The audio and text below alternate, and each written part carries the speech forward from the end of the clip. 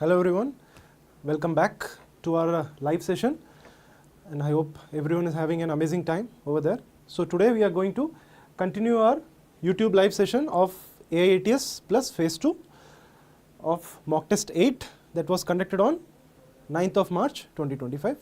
I am Sri Kumaran, your physics faculty at Aakash. So let's begin. So these are the topics which you are going to see through today, right? And as you can see, the first two chapters are from your class 12th, right? We will do some interesting in-depth questions as well, apart from the ones that came in your AIATS plus phase 2. Okay. So let's begin with electrostatic charges. And if you see this question, it is, see, it goes as 2-point charges. They are initially placed in air at a distance d. They experience an electrostatic force F, right? So what is this force F? Before we move on further into the question, right? This force is defined as per Coulomb's law, right? So they are talking about two charges, isn't it? So let's say we have two charges. So let me draw over here.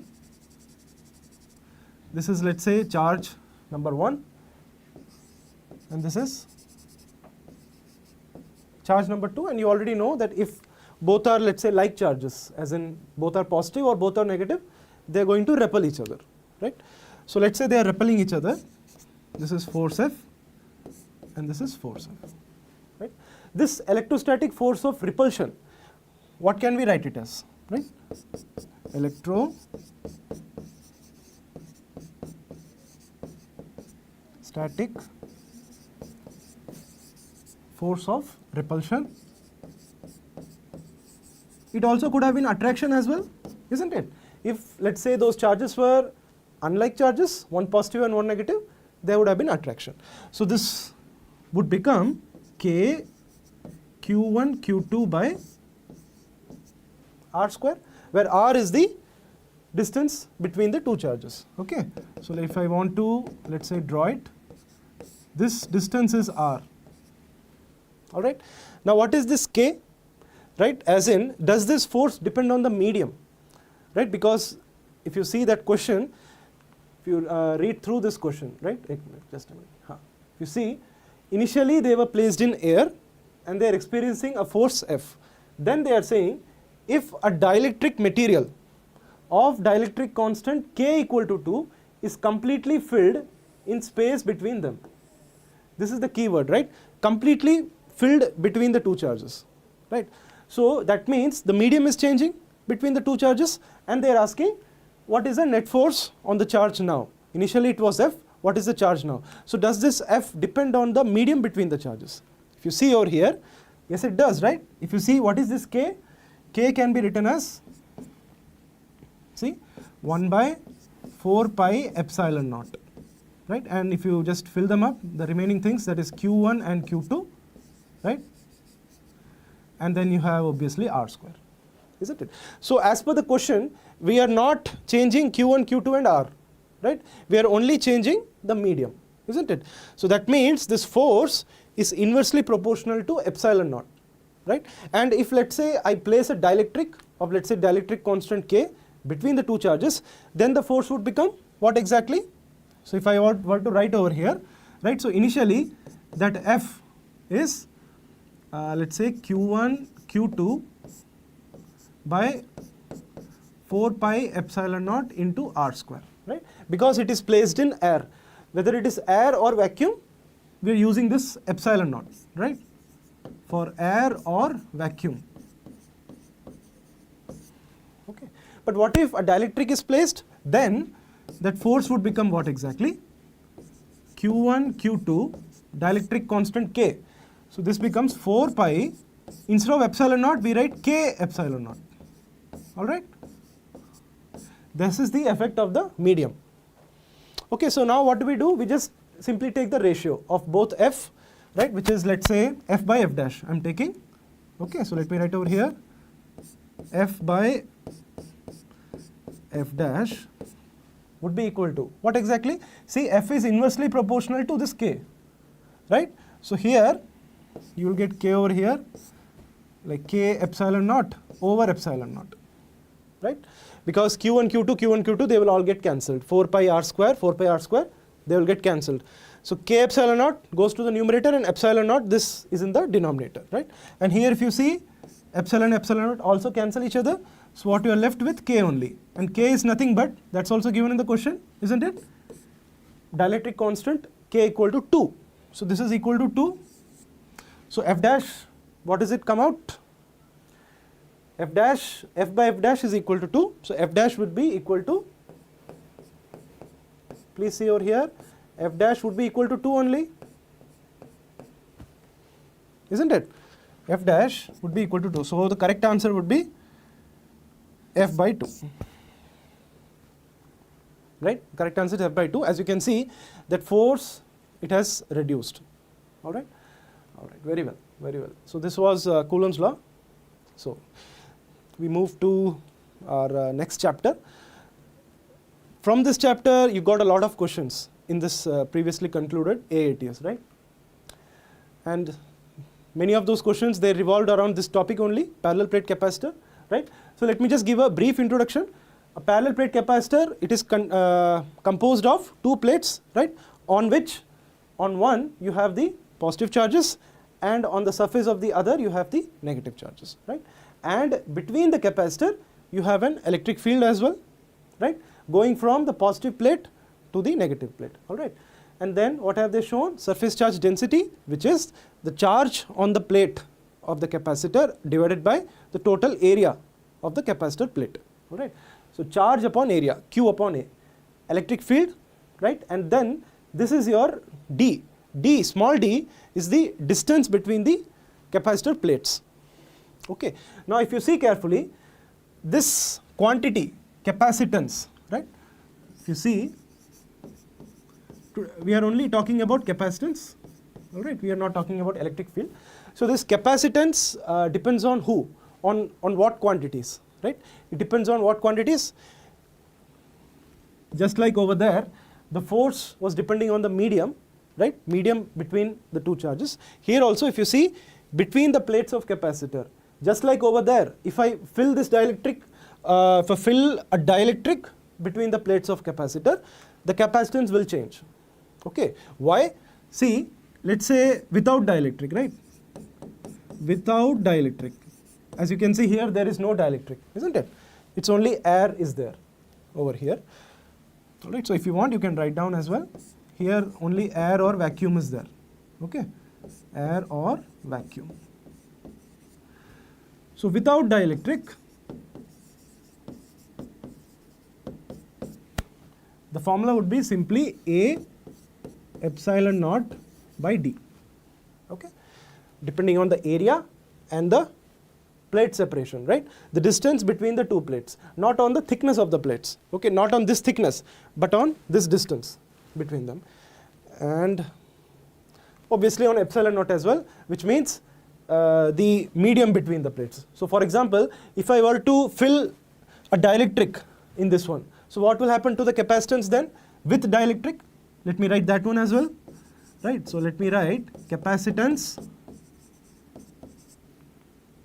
with dielectric of dielectric constant K. Okay, so with dielectric K. So I hope you understand, this is dielectric constant. Alright, so what will the capacitance become then? It would be simply, instead of epsilon naught, just like we did over there, we will write K epsilon naught. Okay, so here it will become K epsilon naught. So K, you can take it and write to the left hand side. So K into A epsilon naught by D. Alright, so what becomes is that the original capacitance got multiplied by K, whereas over there, between the two charges, the force had got divided by K, right? It is inversely proportional to the dielectric constant, whereas here, the capacitance is directly proportional to the dielectric constant. So some questions they can ask, such as, let's say we are doubling or tripling the dielectric constant, other quantities remain the same, and what will the effect of capacitance? Alright, very well. This is a random and a general diagram, right? If you have a capacitor, two plates, the same diagram, electric field going from one plate to the other, one is positive plate, one is the negative plate, alright? So how are we connecting it? to a circuit. Obviously we have to connect it to a circuit, as in a source which will provide the potential difference across the capacitor, which will provide the charge to the capacitor. Okay, so as you can see, the positive plate has been connected to the positive terminal of the battery and negative plate to the negative terminal. Okay, and some other things, as in if let's say if you are arranging capacitors in series and in parallel, right, that also you need to know, which is pretty much mirroring the formula for resistors in series and parallel. How exactly? See here, capacitors in series, okay, and capacitors in parallel. All right, parallel meaning how will the connection be? Let's say for example, this, what did I draw over here? This is these plates, all right, the left plate and the right plate. So one is positively charged, one is negatively charged, all right, plus Q and minus Q. I simply drew two straight lines like this, and then you have another capacitor over here, okay, and this whole thing is, let's say, connected to this battery. All right, so for example, let's say over here I am taking capacitance is C1, here capacitance is C2. So in resistors, when resistors are in series, that R equivalent will become R1 plus R2, whereas here if they are in parallel, then C equivalent will be simple addition, just like when resistors were in series. And while if they were in parallel, let's say resistors are in parallel, you would do 1 by R equivalent is equal to 1 by R1 plus 1 by R2. Here when they are in series, so let's say like this, right, C1, C2, then C equivalent, how will you find out? Like this, okay. This you did when resistors were in parallel, but here you are doing for capacitors in series. Like that you can remember, all right. And you solve it, take LCM and solve it. So C equivalent would be nothing but C1 C2 by C1 plus C2. Okay. Yeah. So if you see on the screen, this question had come in your exam, right? It's a very simple question, although it might look complicated, little complicated, right? But see, it is very, very simple. How? Let's see. If you read, two conducting plates of plate area A, right? So area they have given, and plate separation D. This also we have talked about. They are filled with dielectric medium, right? But dielectric medium is filled between the plates as shown in figure. But if you see, two separate dielectrics are here. One has constant K, another has constant 2K. And then they are saying dimensions of both dielectric are same. So they have same dimension, as in same length and same area, right? So same length, it obviously has to be same, isn't it? Because see, this length is also D, and for that one also that length is D. And what about area? Area obviously also has to be same, because saying dimensions are same. So that means this area, right? This area will be how much? A by 2. And what about this area? That is also A by 2.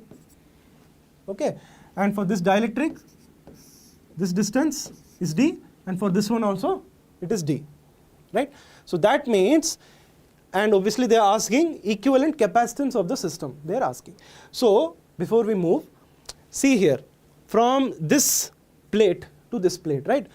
One dielectric is filled over here, right? Can we find the capacitance if we assume that this portion, right? This dielectric acts like a capacitor. So that capacitor has capacitance C1, right? And if you see this dielectric, it also acts as a capacitor of capacitance C2, because it's a different dielectric. This C1 and C2, how are they connected? Are they connected in series or in parallel?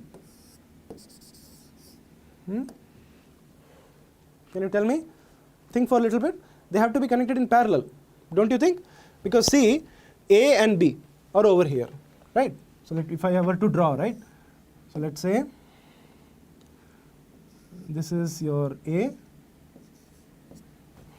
right? And here you have B, right? Between A and B, C1 is connected, and between A and B, C2 is connected. So how will I draw the connections, right? Can I show the connections like this then? obviously like this. It has to be like this, don't you think? Because this capacitor is extending from plate A to plate B, directly from plate A to plate B. Alright. So C1 and C2, they are both in parallel. So equivalent capacitance, how will you find out? Simple addition for C1 and C2, that's it. So if we were to write C1 and C2, just add them up, you'll get the answer.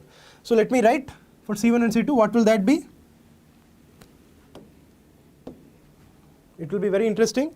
See, use the original formula for capacitor, A epsilon naught by D. For this capacitor, how much is the area? A by 2, right? So we will write A by 2, then epsilon naught, but we have a dielectric as well, K, so it will be K epsilon naught, right? So K epsilon naught upon distance, how much? D. D. Similarly, you can write over there for C2 also. C2 will be how much? See over here, area is A by 2, right? A by 2, dielectric is 2K, so 2K epsilon naught, right? Okay, I hope it is visible. I wrote at the very end of the screen. Anyway, so you've written the two capacitances, A epsilon naught by D, simple application. All we have to do, C equivalent, you have to add them up. That's all, you got the answer. C equivalent is C1 plus C2. That's it. Simple addition, isn't it? C1 plus C2. So what is C1 over here? Let me just simplify. Bring this 2 to the denominator. So we can write it to be, right, A Ka epsilon naught. Okay, I'll write like this, or K epsilon naught A. K epsilon naught A by 2D. And what about that one? If you see over there, 2 and 2 will get cancelled, right? So what remains? K epsilon naught A by D, right? Because 2 and 2 got cancelled. So simple addition, just take the LCM. So it comes out to be how much? 3K epsilon naught A by 2D. Alright? Which means our answer would become number 2. Okay? So I hope this one was clear. Let's try a different question very similar to this one. Alright? Yeah, option 2 is correct. Hanna. Very well. You see, let's see this question. Literally, see, if you see, the language is very much the same. Everything is the same. Just the connections are different. Right? If you see over here, these two dielectrics, right? If I just twist it a little bit. Twist it, right? This 2K comes over here, K comes over here. So what will the diagram look like? Something like this, isn't it? Something like this. See, plate separation. If you read again, two conducting plates of plate area A. Okay? And obviously, they are going to the battery. Connection is going to the battery. And plate separation is D, isn't it? So see, D by 2 plus D by 2. And the dimension of both dielectric are same again, which means the area and the length of the dielectric will remain the same. That is why D by 2, D by 2. And the area of the dielectric is also same, A only, isn't it?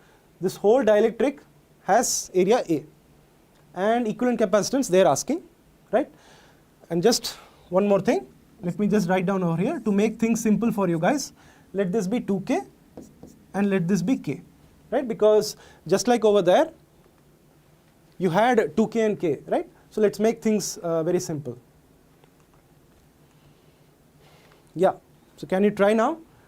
See, things will be very simple. How? How will you do this one? First, you have to understand how are these capacitors connected. They are not connected in parallel anymore, isn't it? Between A and B, right? This is B. So A and B, let's say this point is A, all right? They are arranged in series, isn't it? You see, let me draw over here. This is A and this is B, right? This is one capacitor, this is another capacitor, okay? This is your C1, this is your C2, all right? So what will be C2? Can you tell me? A epsilon naught by D. Area is how much for this dielectric? Area is A only, but dielectric constant is K. So we'll write K epsilon naught, right? K epsilon naught by D, which is the length of the dielectric, but here it is D by 2. So we will write d by 2 over here. So this becomes, C2 becomes, if you solve it, see, 2k A epsilon naught by d. Okay? This is your C2. Now what about C1? Let me write over here. Again, see, the plate area is A only, A, epsilon naught by d. Epsilon naught means it will become 2k epsilon naught because dielectric constant is 2k. 2k epsilon naught by length is d by 2, right? So this will become how much?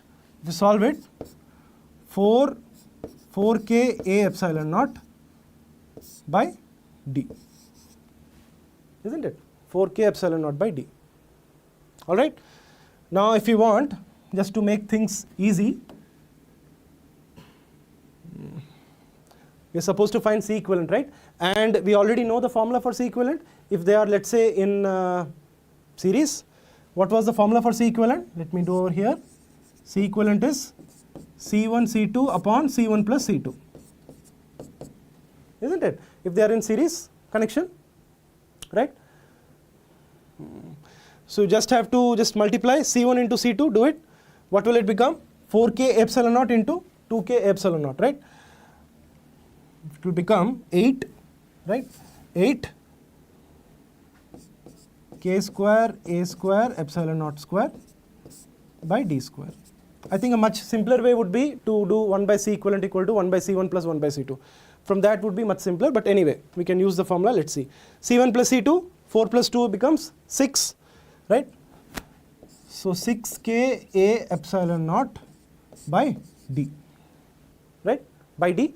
And if you just cancel k A epsilon naught by d, above and below, they will get cancelled once. So what remains is 8 by 6, right? So the answer is 8 by 6 k A epsilon naught by d. That's it. That's it. You got the answer. All right. So you can just cancel the terms. 8 and 6 you can cancel, and what will you get? 4 by 3 is what you will get. All right. So this question also, it was very simple, right? If you know what you are doing for C1 and C2, remember that, huh? Draw a small circuit like this, you'll get the answer. All right, so moving on.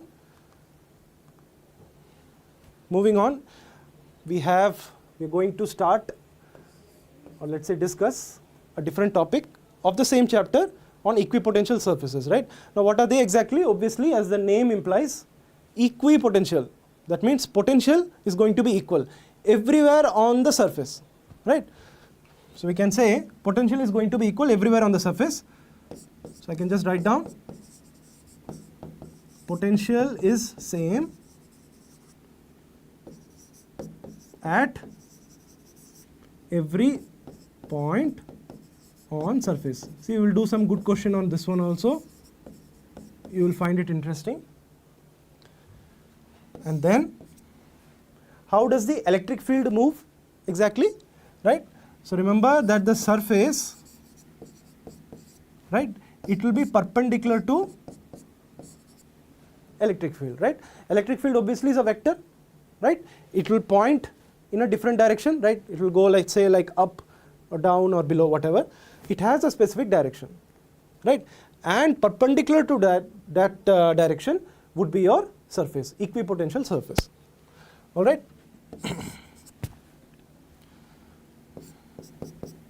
And then remember, electric field E, right,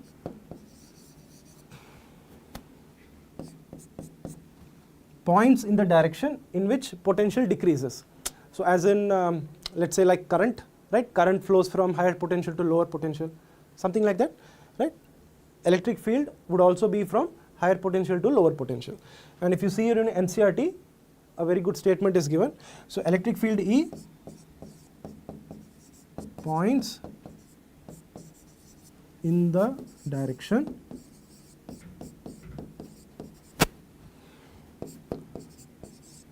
in which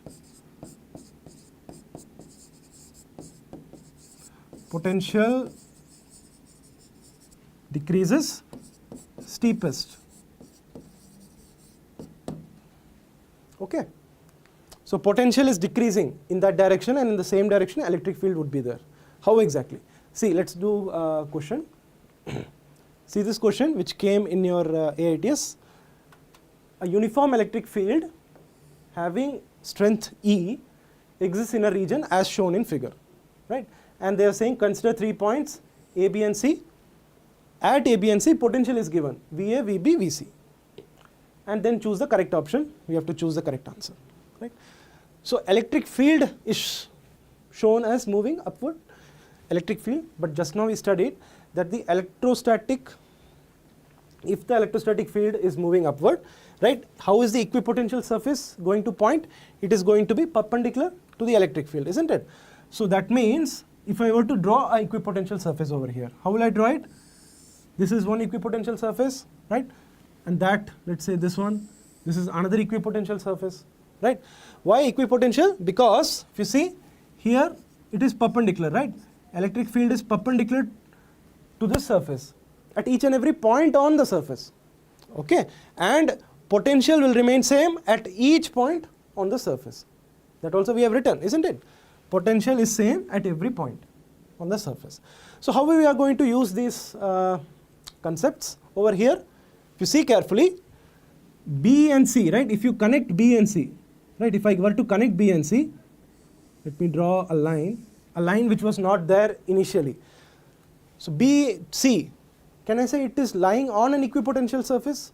Or let's say BC is itself, if it were to be a plane, then that plane would be an equipotential surface, isn't it? Why? Because if you see at each point, electric field is perpendicular, right?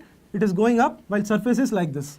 That means it is equipotential surface. That means VB will be equal to VC, right? B and C will have the same potential.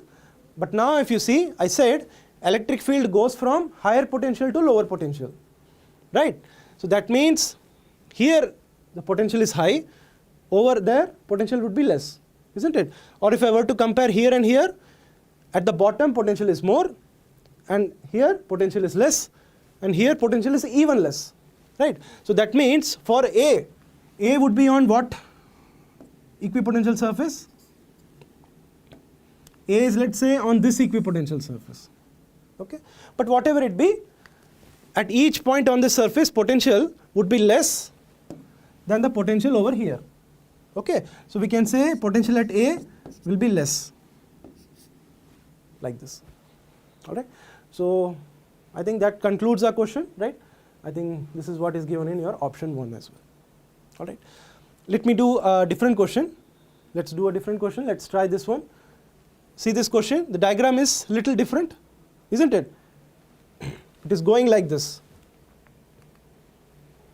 right? Here if you see electric field was going upwards.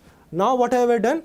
I am making the electric field go this way, all right, towards left to right, from bottom to top. Now it is going left to right, and you can read the question. Everything is the same. Strength is E, points A, B, C.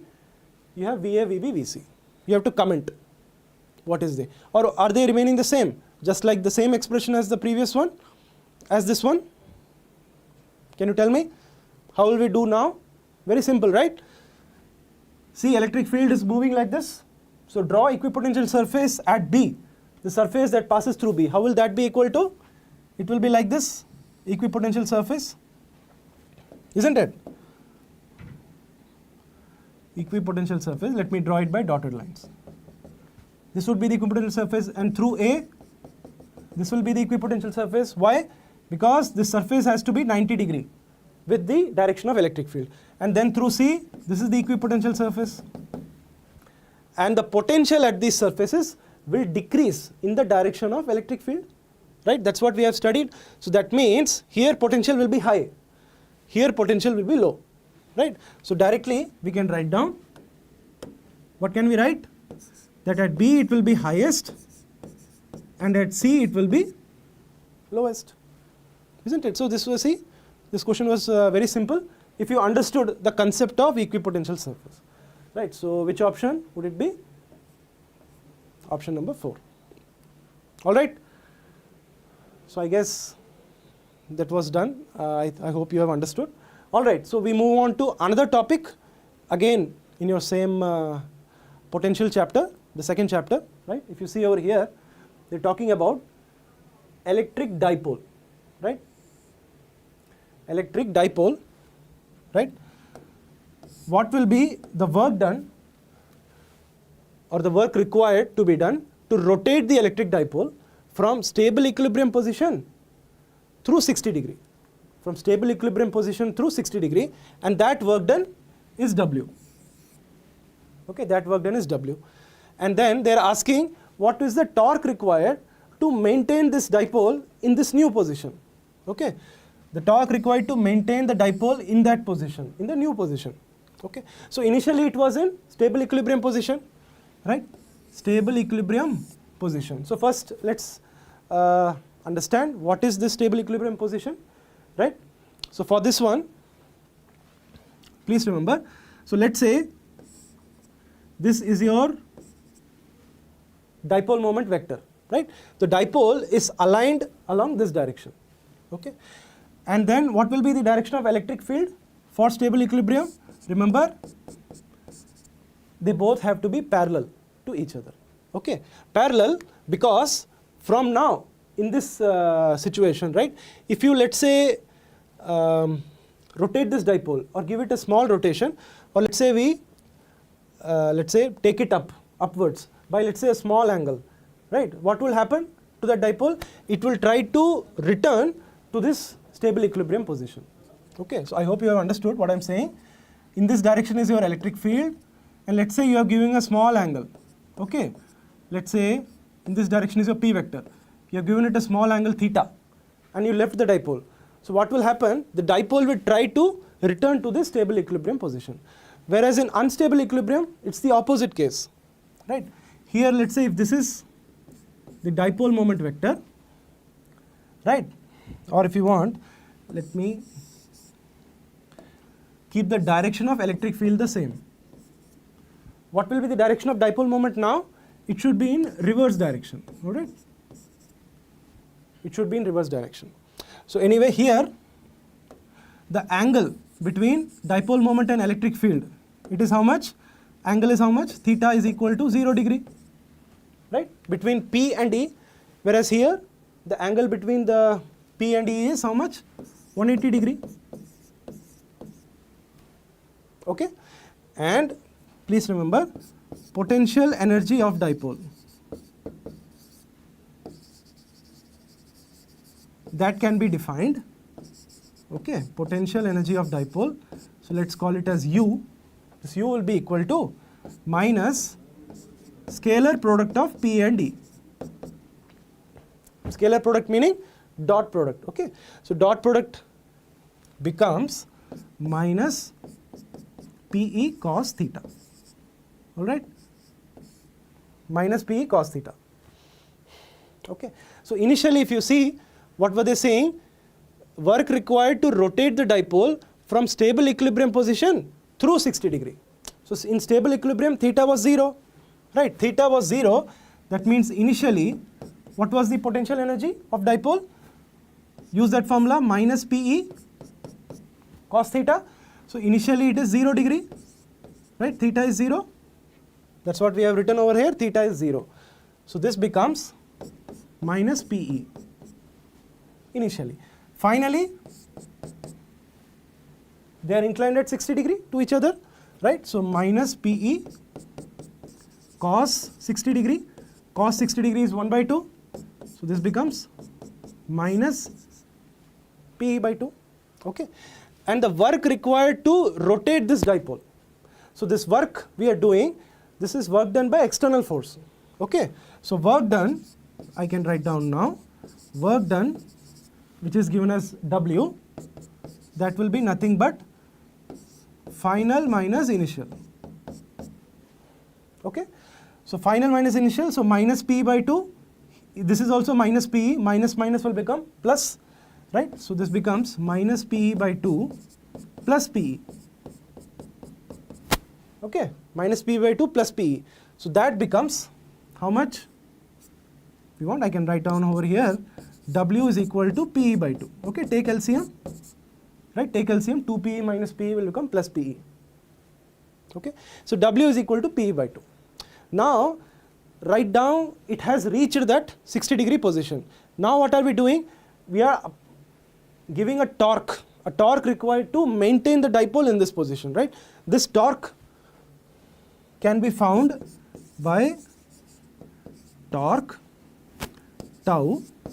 Okay, so this we can get using this expression P cross E. P and E are vectors, and that is why torque is also vector, because we are doing the cross product. All right, and the tau, right? Here we are not worried about the direction of the torque.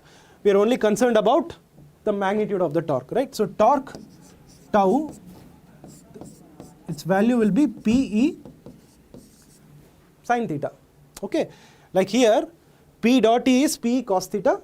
Here it will be Pe sin theta, right? And theta is how much? Theta is already given, 60 degree.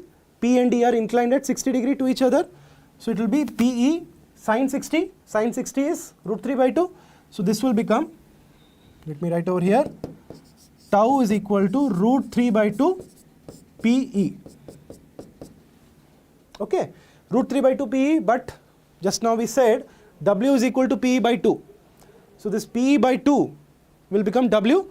So the answer becomes root 3 W, right? Root 3 W. So the correct answer is root 3 W. Okay. Please remember this formula. They are very similar to the formula you would study in your magnetism and matter chapter as well, right? Only difference is over there we would be talking about magnetic dipole moment and magnetic field. All right. Anyway, now moving on to our next topic. We have a conducting sphere of radius r. It has been given a charge q. Okay, a conductor, that means the entire charge comes up to the surface. All right, and the electric potential and electric field at the center of the sphere, they're asking, right? So let's say, for example, this is a conductor. All the charges are at the surface, right? Inside, right? At the center of the sphere, right? Remember, at the center of the sphere, which means inside the conductor, you always need to remember electric field will be 0. But potential will remain constant everywhere inside, okay? Potential will be constant, and that will be equal to the potential at the surface of the sphere. And what is the potential at the surface? Right, so potential at surface is equal to kq by r, right? Kq by r, and as in here we can write down, so potential at surface is kq by r, right? So that means potential at center is also kq by r. K is what? We discussed this already, 1 by 4 pi epsilon naught into q. R is capital R, right? Right? R is capital R, whereas here let's say I'm taking the radius as small r. Okay, so potential at center is kq by r, and what is the electric field?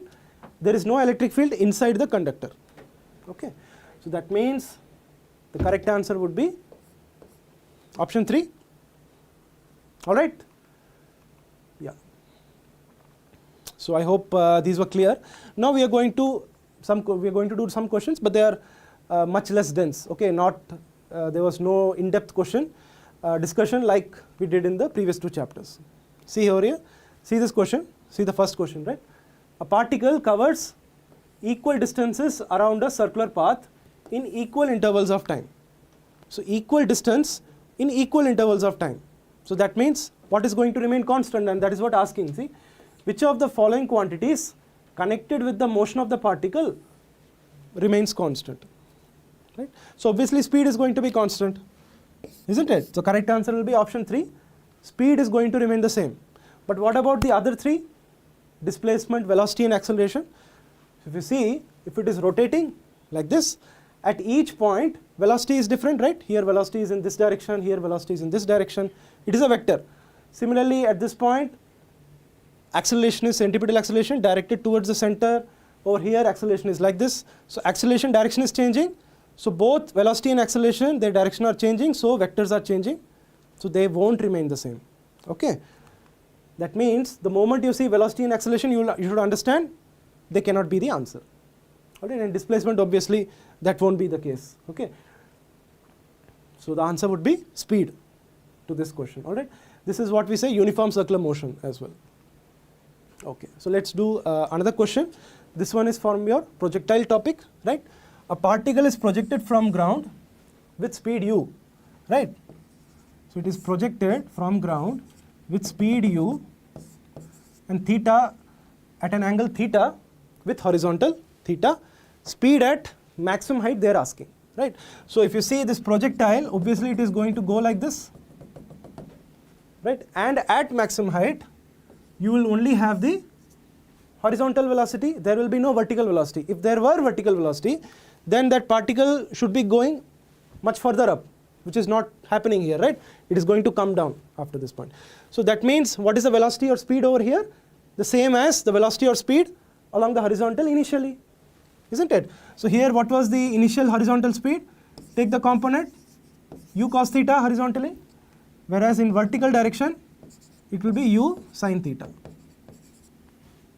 Okay, that means at maximum height also you will have u cos theta only. Okay, if you want I can write down u cos theta. So what would be the answer? These are all very oral questions, okay, no calculation needed. Let's do a very similar question. If you see over here, you're saying particle is projected from ground with speed u at an angle theta with horizontal, and we are asked to find the particle speed at some height when it makes 60 degree with horizontal. Okay, so let's say this is also a good question. All right, so initially it is u projected with angle theta, it is going up at some height, let's say over here it has, let's say, speed v. Okay, if you want I can decrease the inclination a little more.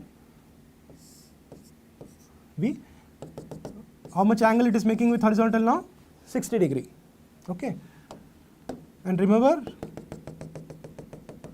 it is going to go further up, right? It is going to go further up and then it will return. Okay, now just now we studied, right, the horizontal velocity or the horizontal speed will remain the same during the entire motion of the projectile, right? During the entire motion. Why so? Because there is only one force that is acting on the projectile, and that is in the downward direction. That is the force of gravity or the weight of the projectile, that is mg, right? So which means vertical velocity is going to change. Okay, so here vertical velocity is u sin theta, it will decrease to 0 at the top, but this horizontal velocity will remain the same. Okay, so if you see here, what is the horizontal velocity? U cos theta, and here what is the horizontal velocity? V cos 60 degree, right? And that is equal to V by 2, cos 60 is 1 by 2. They are both going to remain the same because horizontal speed will remain the same. So just equate them, right? So U cos theta is equal to V by 2. So what does V come out to be? Just take 2 to that hand side. V becomes 2 cos theta. Okay? Alright, so moving on.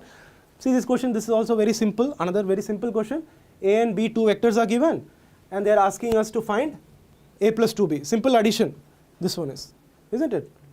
Should we do it? Let's do A plus 2B, right? So first write A over here, 2I plus J.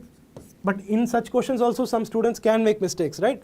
So please, 2B means multiply this whole vector by 2. Each component will also get multiplied by 2.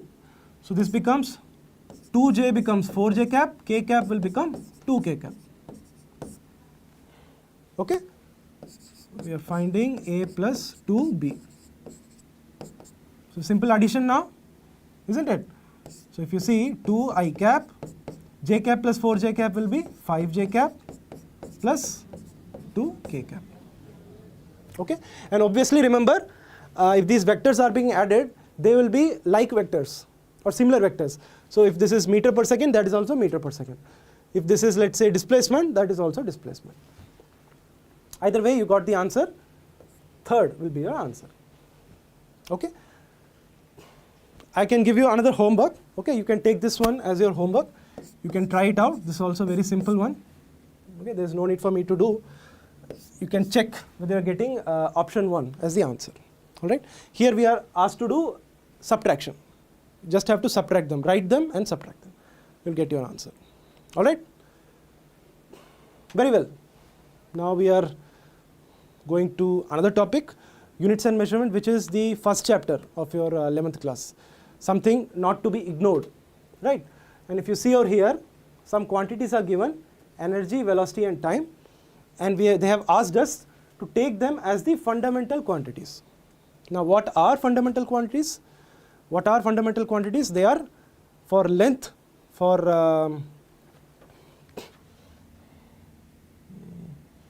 right. So let's say, let me write over here itself.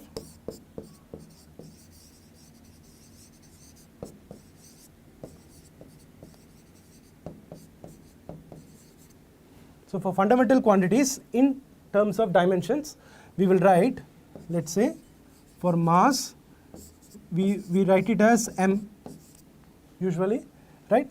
For length, we write like this, right?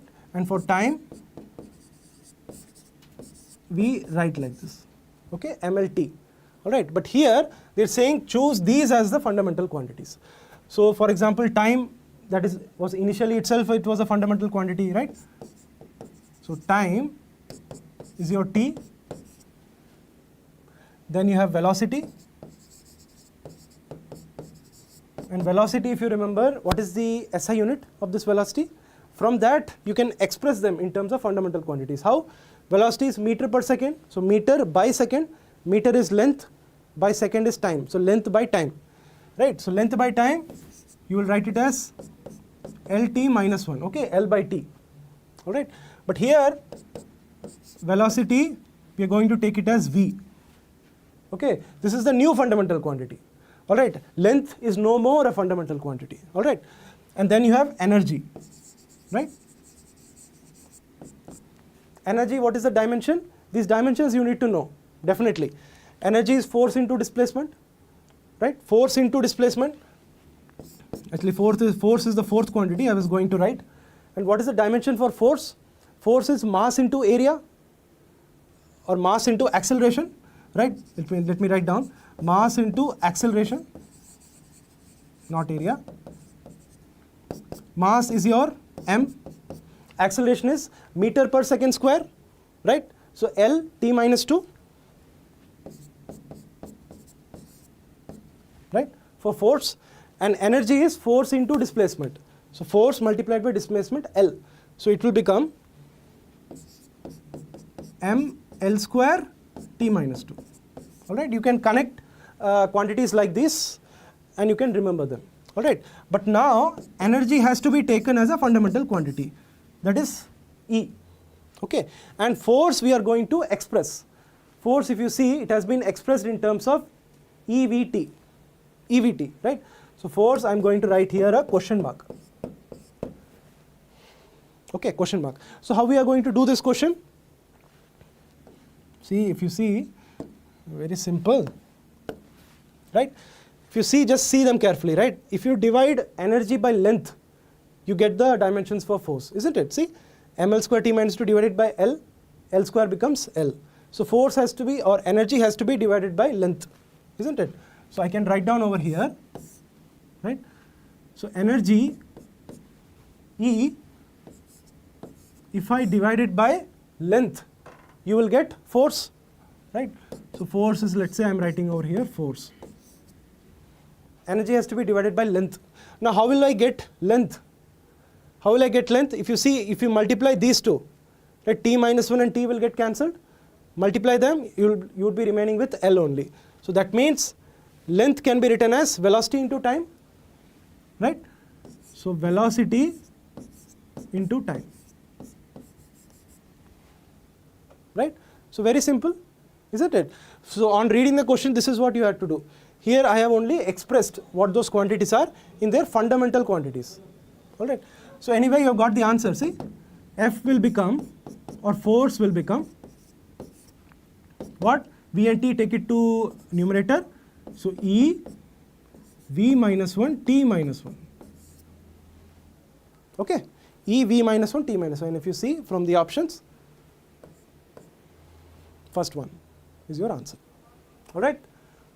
Okay. So moving on. Now if you see these questions, this is also very simple, right? The number of significant zeros you are supposed to find in the measured value, right? And if you see 2 and 4, they are non-zero, right? So first spot the non-zero digits, all right? So 2 and 4 are non-zero. So between them, all the zeros that are lying between them, they are going to be significant, right? So that means this 0 and this 0, they are going to be significant, all right? Now what about this 0? If you see over here, before decimal, there is no non-zero digit, right? So it is 0.0. That means any zeros which are there to the left of the first non-zero digit, they will be non-significant, okay? Because decimal is present here, all right? So these two zeros, they are not significant. But here, after the last significant digit, right? After the last non-zero digit, the zeros that are present, they will also be significant. Okay, so that means this 0 is also significant. So please understand, I am repeating, after the last non-zero, whatever zeros are there, they will be significant. But before the first non-zero digit, whatever zeros are there, they won't be significant. So which means, how many significant zeros are there? 1, 2, 3, right? So 3 is your answer. Now let's try this question. It's very similar, right? But if you see over here, in the measured value, 2.020040, right? These two zeros are significant, and obviously this one is also significant, and obviously this one is also significant. Why? Because it is lying between two non-zero digits, right? So obviously 2 is significant and 2 is significant, but between them, that 0 is also significant. So which means, what would be the answer? 4. 4 would be your answer, okay? So moving on to our last chapter of the day, right? Mechanical properties of fluids. And here we are going to discuss a question. If you see here, h is the height of liquid column, right? And rho is the density of liquid. So some liquid has been filled in this tank, right?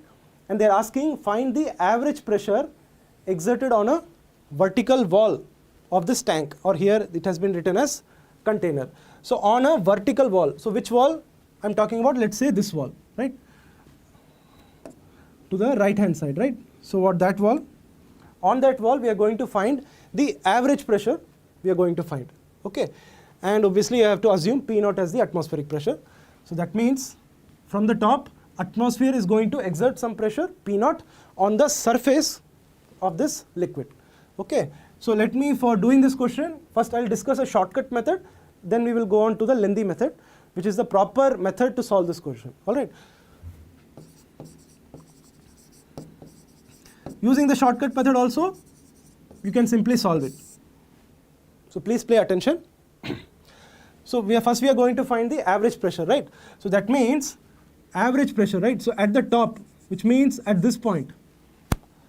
At this point meaning at this point on the wall. Okay, at this point on the wall, what is the pressure? Is there any liquid over there? At that point, there is no liquid, isn't it? Only air is there. So air is going to exert pressure P0 or P ATM, right? And then at the bottommost point over here, what is the pressure? What is the total pressure? That is P0 plus rho GH, right? H is the height of liquid present in the container, rho GH, right? So all that we have to do is take average of these two quantities, right? So you will get the average pressure. So P average will be nothing but P1 plus P2, okay? So P1 plus P2 by 2. Also remember, this we are doing because the same liquid is here, between that point and that point, the same liquid. If I were to change the liquid, the expressions could change, okay? So just add them. P0 plus P0 is how much? 2 P0. So 2 P0 plus rho GH whole upon 2. Simple addition, whole divided by 2. So what does it become? Nothing but P0 plus rho GH by 2. Okay. So P naught plus rho g h by 2, that is option number 3. Okay. Let me derive that one as well. It's very small and very simple derivation. Okay. On this surface of the container, right? On that surface, right? So I'm going to draw that surface. See carefully. And what is the total height? It has been completely filled, right? So let me call it, it has been filled up to height h. Alright, so I'm considering height h only. We are only talking about height h. Okay. Now, from the top, right? So from the top, let's say at some x distance, we are going to consider a strip of this surface of the container, right? So strip goes like this.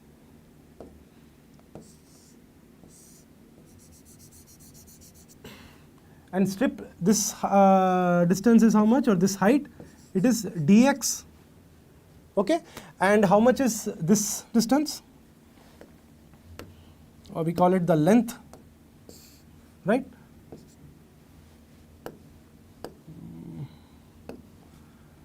This one is L. All right. This one is L. So what will be the small area of this strip? So small area, it will be nothing but length into the height, right? So call it L dx. Okay. And what will be the pressure that will be acting on this blue strip? The pressure will be how much? P naught plus rho g into depth. Depth is how much? At x, right? Here at the top you had atmosphere, and then at x depth we are trying to find out, right? So P naught plus rho gx. Okay. So what will be, let's say, the average, the force acting on this strip, right? So let me write down force acting on strip, right? So that would be equal to, let's say, dF. That will be nothing but pressure multiplied by area. Okay. So that is P naught plus rho gx, right, multiplied by L dx. Right. Now what we can do, we can integrate both sides, because this force is dependent on x only, and x is the only variable over here. So we can integrate, right? If you integrate df, there also you can integrate. So it is P naught L dx plus rho g L x dx. Okay. So I'm integrating, right? If you want,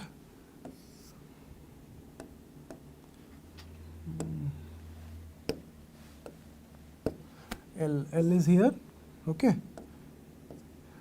I will write the integration symbol over here, because P naught and L, they are both constants. And here also like this. And x is going from where to where? From 0 to a depth h, right? So this is 0.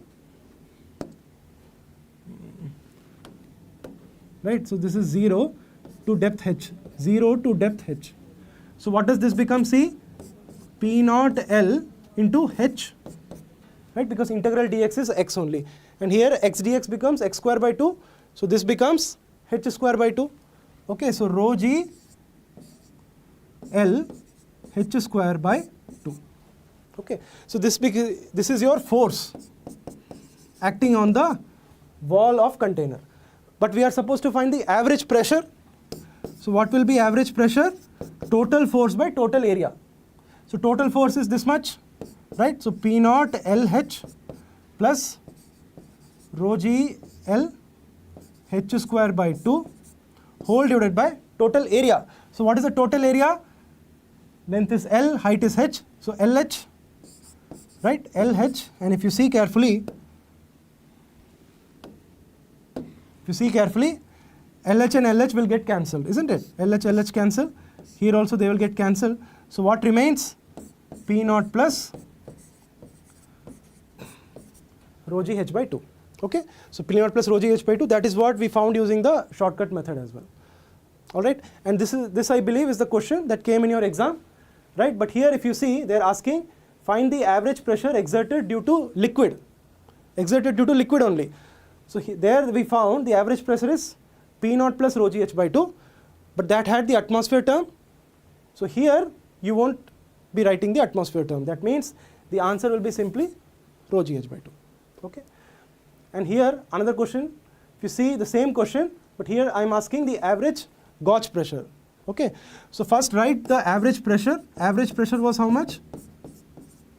P naught plus rho gh by 2. Okay. And what will be gauge pressure? Gauge pressure is the total pressure minus atmospheric pressure. Okay. So total pressure, that is average pressure minus atmospheric pressure. All right. So P average minus P naught, and that is rho gh by 2. All right. But remember, here also I am asking you the average value. So gauge pressure average is average pressure minus atmospheric pressure. So here also the same answer. So all right, students. And this, I believe, was your last question, and this was a very simple question, isn't it? They're asking which of the following is correct representation of equation of continuity. This is also very simple, right?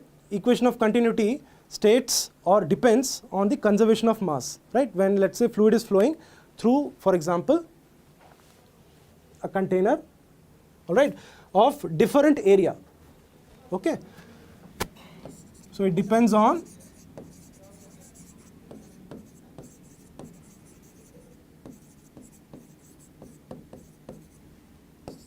conservation of mass. All right. So that means the mass flow rate will remain same. Okay, mass flow rate will remain the same. Mass flow rate meaning dm by dt. Okay, or m dot we say. So dm by dt is equal to constant. Okay, dm by dt equal to constant. And if you see among the options, this one is wrong, isn't it? This is also wrong, this is also wrong. Why this one is wrong? This is Bernoulli's principle. So it has nothing to do with continuity. This would be your answer. Why? If you see, density into volume is your mass, right? And mass upon time, right? So density, if you can see, I can write this as d by dt, right, of rho a L by T, right? Rho and A, let's say they are coming out. So this becomes rho A dl by dt. dl by dt is your velocity. So rho A V is equal to constant. Okay, so I was just trying to explain how it is becoming rho A V equal to constant. All right. Now, if let's say the fluid is incompressible, we say that the density of fluid remains the same from left to right as it flows through the fluid, if it is incompressible. Okay, so which is why if you see for this setup, I have only written AV equal to AV, over here equal to over there, A into meaning area of cross section into velocity of fluid. Where is the rho term? Rho term has disappeared. Why? Because here the liquid is remaining the same, or the density of liquid remaining the same, irrespective of what pressure is being acted. Okay, so please remember, incompressible fluid, which is why density, we can say it is constant. This is mostly would be true for all our problems and discussions in the fluids chapter. All right. So I guess the correct answer is option number 2. Okay, students. So I think we are done with our session today. I hope you guys had a great time, and keep practicing physics, and best of luck.